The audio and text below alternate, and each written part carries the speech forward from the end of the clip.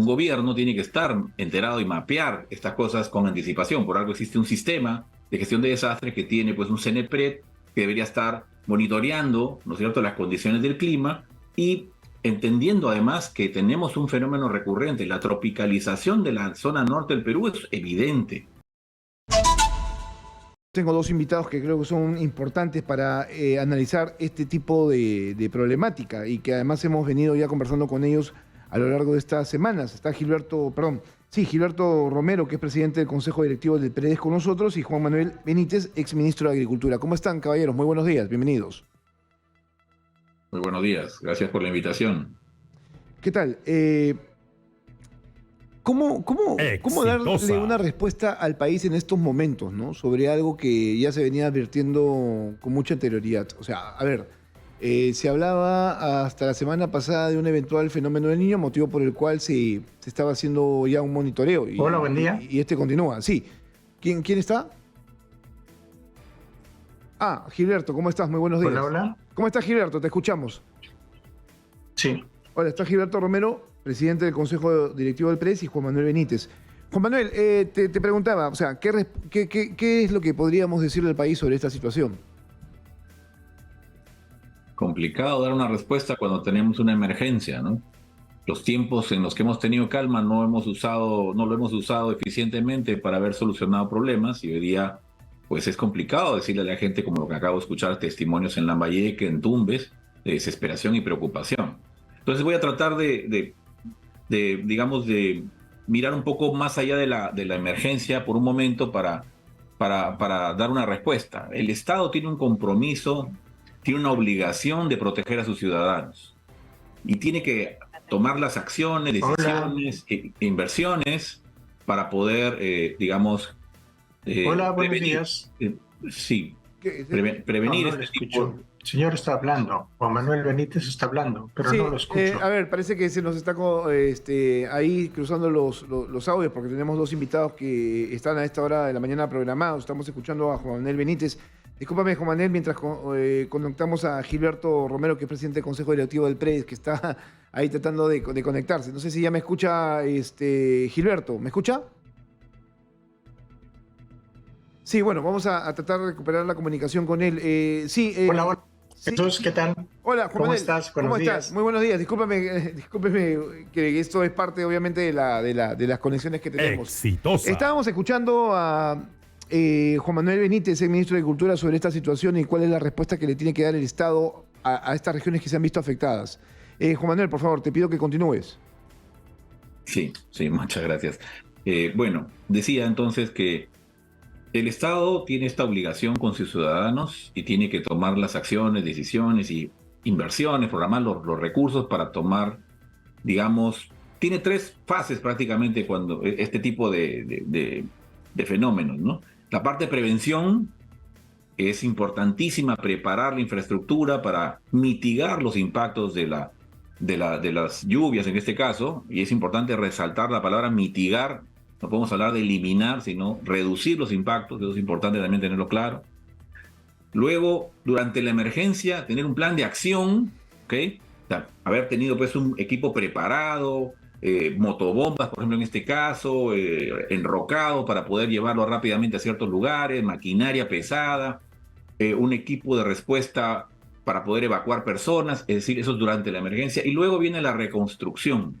Y la reconstrucción, bueno, lo que no se pudo pues evitar, mitigar, lo que hace es repone la infraestructura del Estado, y eso, a partir de lo que ocurrió en el año 2017, se marcó un punto de quiebra. Esperábamos que sea una línea de corte, claro, porque ese monto de reconstrucción incluyó además algunas obras para evitar que se vuelvan a ocasionar o a generar estos efectos que estamos viendo hoy día. Por eso se llamó reconstrucción y le colgaron el apellido con cambios.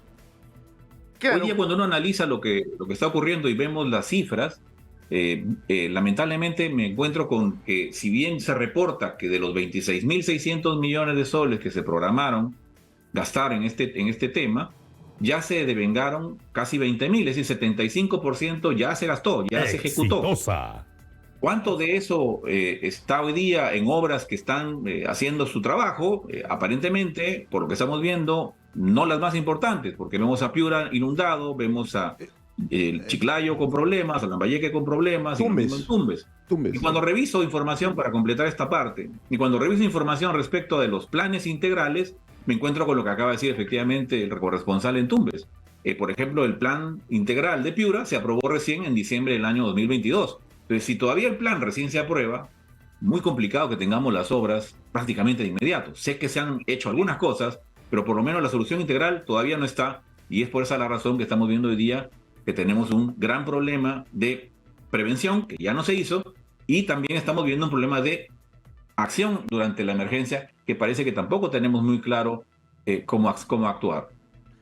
Bueno, a ver, permítame, por favor, tengo que hacer una pausa. Estamos terminando ya esta primera hora informativa que le hemos dedicado a ver cómo es que está sufriendo el norte del país esta situación. Lima ya está empezando también a verse, está empezando a ser afectada por las lluvias. Este es un tema, repito yo, que los últimos fines de semana lo hemos venido tratando de manera enfática para que la población esté advertida, a propósito de que además esta es una temporada de lluvias intensas, huaicos, desbordes que se iban a dar, pero no tampoco teníamos la idea de la magnitud con la cual se iban a presentar estos problemas, que ya de por sí es una emergencia nacional, como lo hemos venido destacando en los últimos días. Esto nos toca directamente a todos, porque la gente tiene que entender también una cosa, Juan Manuel, y lo vamos a comentar también contigo, y con Gilberto, que es del PREDES, que tiene un impacto económico importante. Porque claro, se ven afectadas industrias, en este caso, por ejemplo, la agricultura, que la agricultura tampoco es que viene bien, porque la agricultura ha venido afectada por sequías, por falta, por ejemplo, de urea o de fertilizantes para poder sacar adelante, ¿no?, los cultivos. Y ahora estamos viendo este desastre que afecta, por ejemplo, los cultivos de arroz en el norte, ¿no?, de limón y otras cosas más que van a encarecer mucho más los productos que forman parte de la canasta básica. Caballeros, les pido por favor que me esperen, son 8 de la mañana con 58 minutos, esto es Exitosa, estamos en Lima en el 95.5 de la FM, tenemos dos expertos, gente que sabe respecto a esta situación, mucho más que yo, que soy un simple periodista, para poder analizar estos desastres que estamos enfrentando hasta este momento. Volvemos de inmediato, estamos con Gilberto Romero, que es presidente del Consejo Directivo del PREDES, y además Juan Manuel Benítez, que es exministro de Agricultura. Bueno, Juan Manuel ya nos tenía básicamente advertidos respecto a este tema antes del corte y dando una idea de lo que debíamos hacer en función a 3 fases específicas, ¿no es cierto?, que es la prevención, la planificación y luego la reconstrucción. La reconstrucción ya vimos cómo nos está yendo, ¿no? O sea, no se ha hecho nada, se ha ejecutado en el caso de la reconstrucción un cambio, un presupuesto que se dio y que excedió los 25.000 millones de soles, y estamos viendo que el norte sigue completamente inundado. Lo que tendría que haber pasado es repensar una ciudad, por ejemplo, ¿no?, dotarla de drenajes para poder, por ejemplo, sacar rápidamente el agua, pero ni lo más mínimo se ha hecho. Entonces, caballeros, muy buenos días nuevamente. Gilberto Romero, hemos tenido al PREDES en los últimos 2 fines de semana aquí,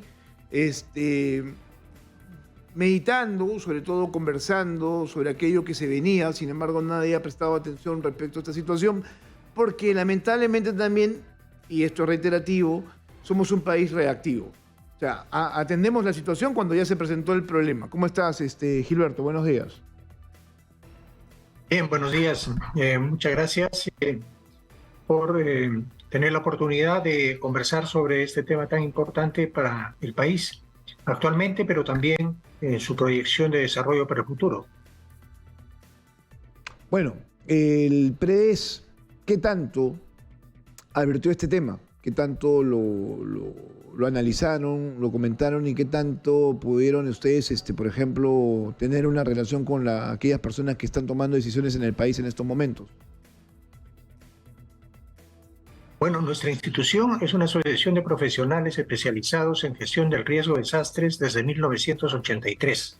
Justamente a partir del fenómeno El Niño de aquel momento, surgió la idea de asociarnos y conformar esta institución que viene trabajando fundamentalmente en la prevención.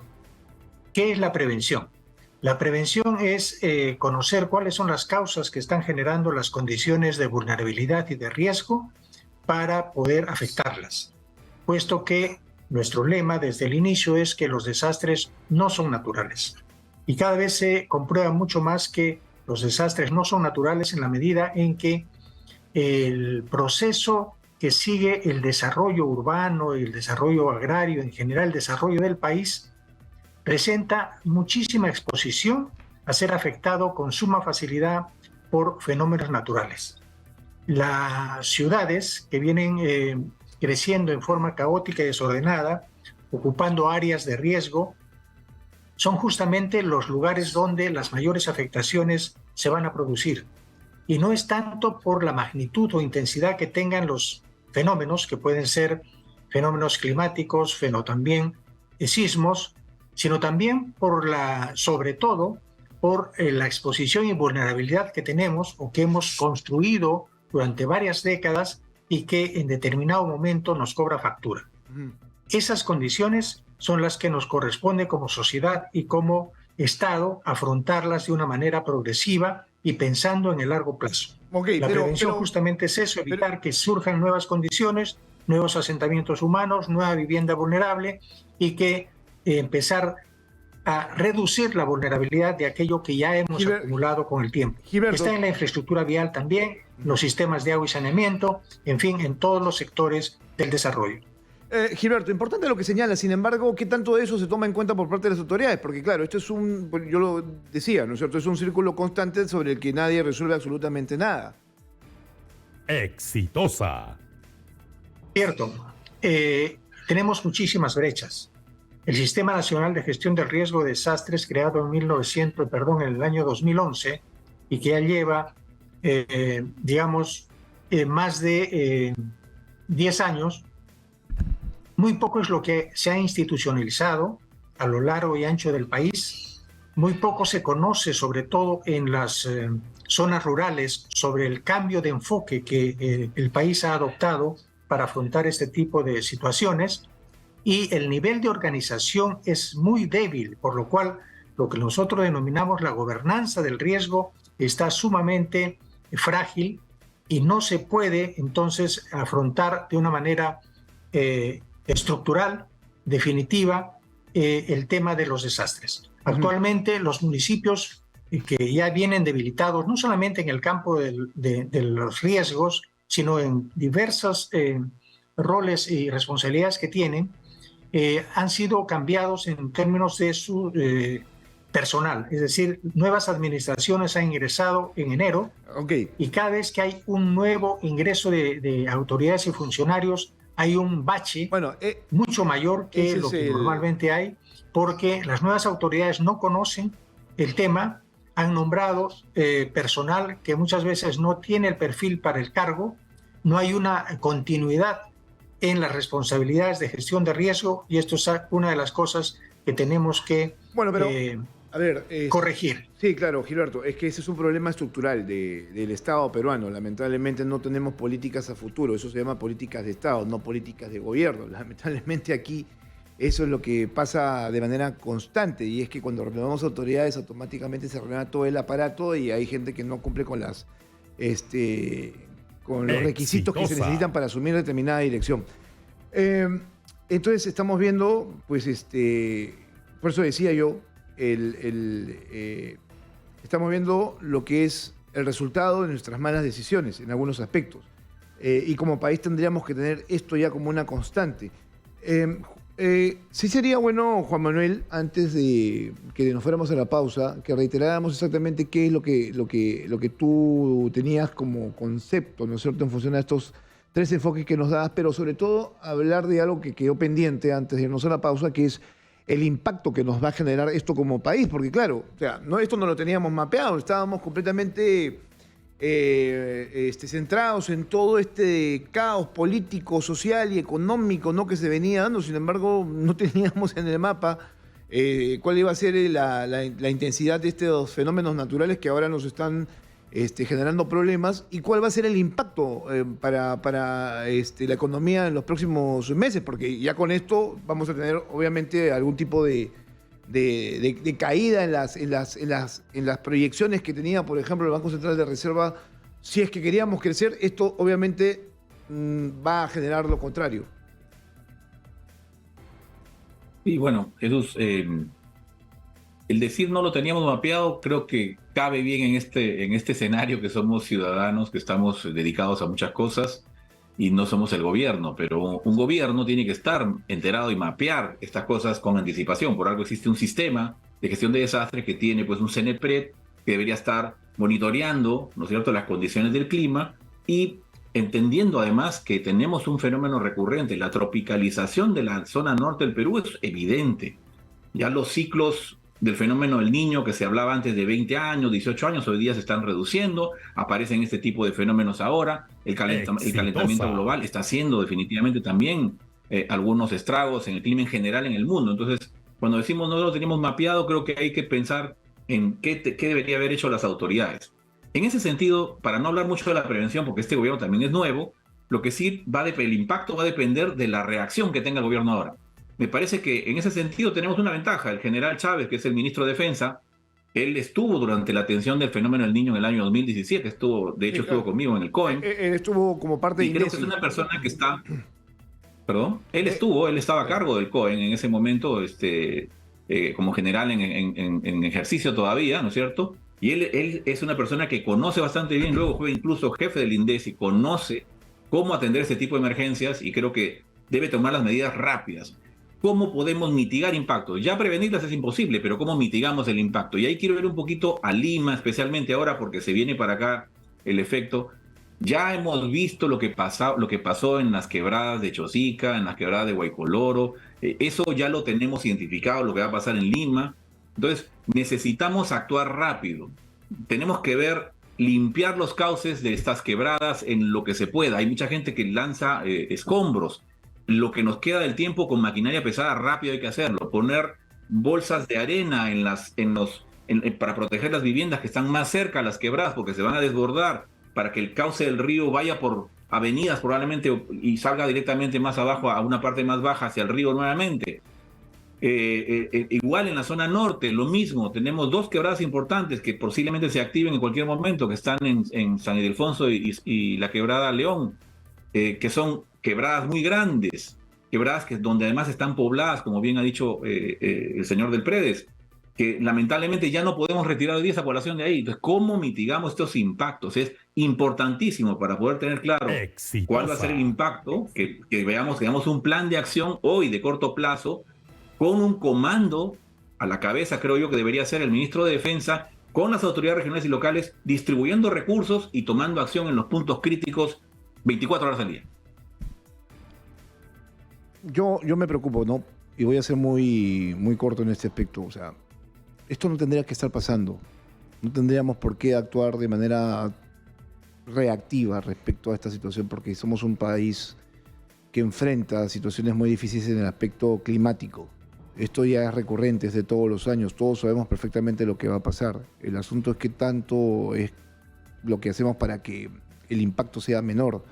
O sea, hay poblaciones que siguen buscando dónde asentarse, buscan viviendas y lo hacen en lugares de difícil acceso, pero además de lugares donde podría presentarse algún tipo de fenómeno como lo que hemos visto, ¿no? Yo he vivido en algún momento el fenómeno del Niño del año 2017, lo he cubierto en todo el norte y siempre nos preguntábamos, pero ¿qué hace la autoridad que no le recomienda a esta población, a esta gente que no esté ahí, cómo reubicar, ¿no es cierto? Y lo otro es el fracaso como Estado respecto a los planes que luego tratamos de desarrollar para que esto no se vuelva a repetir. Por eso incido en esta situación, ¿no? Porque si sabemos que esto va a pasar, no hacemos las cosas bien. O sea, el hecho de tener una autoridad para la reconstrucción con cambio tendría que haberte dado, no sé, un mejor plan de acción, de trabajo, ¿no? De coordinación. Tendría que haber sido de largo aliento, ¿no es cierto? Pero no lo hemos visto hasta este momento. Lo mismo pasó con el terremoto en Pisco en el año 2007, si no me equivoco, ¿no? Tampoco es que se hicieron las cosas bien. Imagino que esa ciudad, si vuelve a pasar algún tipo de situación compleja con la presencia de un sismo, va a pasar lo mismo y no cambiamos. O sea, esto también es parte de nuestra cultura, ¿no? De dejar ir las cosas y no plantearnos propuestas de solución, porque claro, ustedes tienen el diagnóstico, pero ¿qué tanto importa el diagnóstico cuando las cosas ya se están dando, ¿no?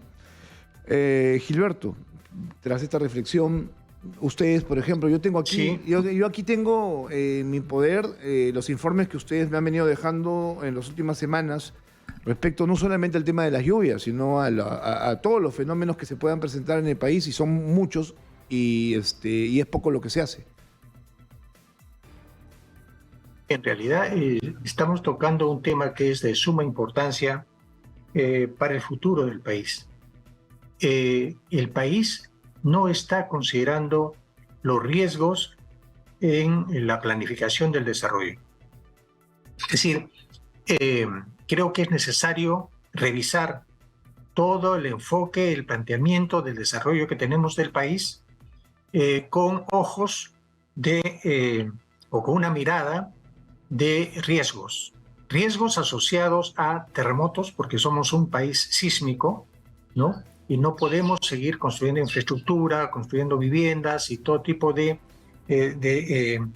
edificaciones que el país necesita, sin considerar la posibilidad de un sismo que ya está definido en qué magnitud podría ser.